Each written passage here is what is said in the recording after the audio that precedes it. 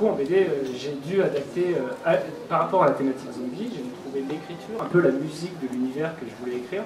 Et le format a fait que l'écriture change vraiment des romans.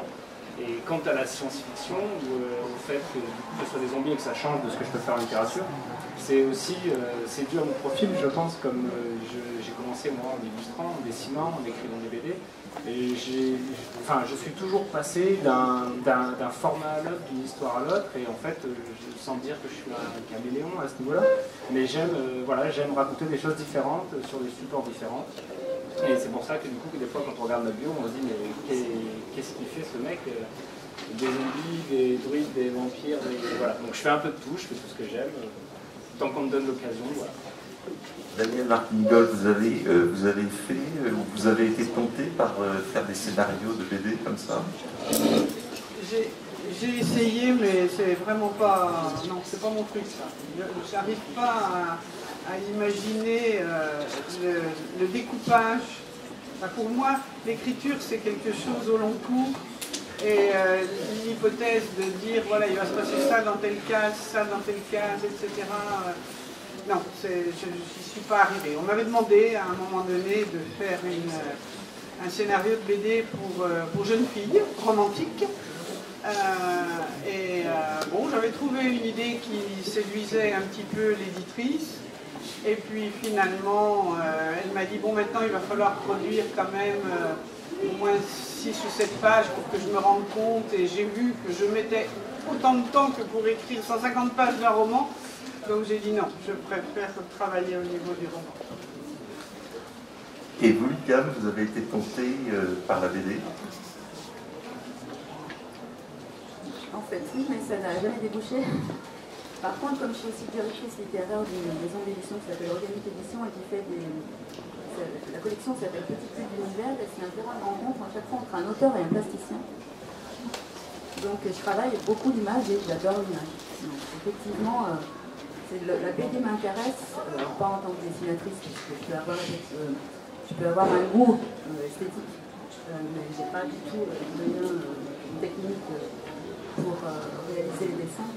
Par contre, j'aime beaucoup écrire. Mais vous n'avez pas une sorte de roman graphique? Alors en fait, j'en ai écrit 6. La collection Petit Cube d'Univers, en fait, c'est à chaque fois normalement un auteur différent et un plasticien différent. Alors tout à l'heure que je suis directrice littéraire et que les premiers, c'est moi qui les ai faits en tant qu'auteur. Mais mon but à moi, c'était plutôt d'aller vers les plasticiens. C'était en fait l'attirance pour les plasticiens qui m'a amené à faire cette collection. Et surtout, en tant qu'auteur, c'est vraiment une expérience extraordinaire parce que moi qui écris uniquement de la fantasy, uniquement de la science-fiction, enfin qui écris du fantastique et uniquement de la science-fiction, quand je dois rentrer dans l'univers d'un plasticien, parce qu'on travaille à l'envers, d'abord le plasticien et ensuite l'auteur qui vient illustrer avec ses mots, j'écris des contes philosophiques et de la littérature blanche. Complètement autre chose. Vous avez anticipé un peu ce qui allait être ma question suivante et la question finale, parce que l'heure a tourné très vite, et j'allais vous poser comme question à tous les trois pour conclure, puisqu'on a déterminé quel genre préférez-vous, c'est le thème de la table ronde, on a vu ce que vous préférez écrire, mais ma question finale ce sera, et que préférez-vous lire? Moi, indéniablement, c'est de la science-fiction, et c'est même une catégorie très particulière de la science-fiction, c'est ce qu'on appelle le space opéra, c'est-à-dire les vaisseaux qui vont au bout de la galaxie, qui traversent l'univers, les planètes qui pètent, etc. Alors là, moi, je suis ravi. Quand je lis des auteurs comme Hamilton ou Anderson, qui ont des sagas en 6, 7, 8 volumes, où il se passe des tas de choses dans la galaxie et dans les autres galaxies, dans les univers et dans les univers parallèles, là je m'éclate complètement. Et j'ai déjà pas le temps de lire tout ce qui paraît vraiment dans ce domaine-là, parce qu'il en paraît beaucoup. De temps en temps je pioche quand même pour voir ce que font les copains.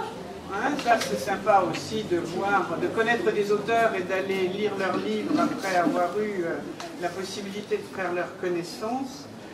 Mais si j'ai une baisse de morale, S'il y a un petit coup de spleen là et que ça va pas bien, je prends un grand space-up, je m'évade et quand j'en sors, ça va beaucoup mieux. Alors, l'ICAM, vous utilisez aussi de la science-fiction. Alors, moi, bien j'ai fait du fantastique, je vais dans les portes. Je lis principalement la science-fiction, l'art d'SF en fait, donc la science-fiction, l'anticipation scientifique, et du polar. Mais pas de fantastique et pas de fantasy. Alors moi, c'est à l'image de ce que j'écris, je crois que je dis tout et n'importe quoi. Non, mais c'est avant, j'avais vraiment des genres de prédilection. Je disais que des trucs d'horreur. S'il n'y avait pas du sang à la première page, je me disais ça m'intéresse pas. Et en grandissant, je me suis intéressé à plein de sujets divers et variés. Et aujourd'hui, je lis des documentaires, des polars, des bouquins de SF. Alors, je ne lis pas assez, et sans doute beaucoup moins qu'avant. Mais je dois lire peut-être 2-3 bouquins par mois, et sur l'année, il doit y avoir quelques documentaires sur, ça peut être l'anthropologie, ou alors le cosmos, la politique, et en littérature, dernièrement, j'ai lu Jean-Philippe Jaworski, qui est un excellent écrivain français, qui écrit de la fantaisie. J'ai lu un truc nullissime de Dan Brown, et je l'ai essayé, et j'ai oublié le titre. Avant ça, j'ai lu un super polar d'un autre auteur américain dont j'ai oublié le nom. Donc en fait, j'ai plein de bouquins à la maison, j'en récupère plein, en récupérer tout le temps. Et en fait, quand je veux lire, je me pointe devant mon bureau où il y a genre 150 livres, et je regarde les couvertures, et les résumés, et voilà. Et donc au hasard, quelque part, je me laisse guider vers ce qui me fait envie. D'accord. Très bien. Bah, écoutez, je crois qu'on a encore le temps pour une ou deux questions. J'ai vu qu'il y avait eu un certain nombre de réactions pendant que nos auteurs parlaient.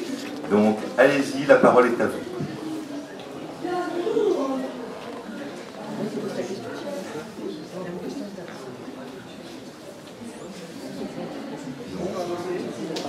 Allez, il faut oser, profitez-en, hein. Ils sont là, ils vous écoutent.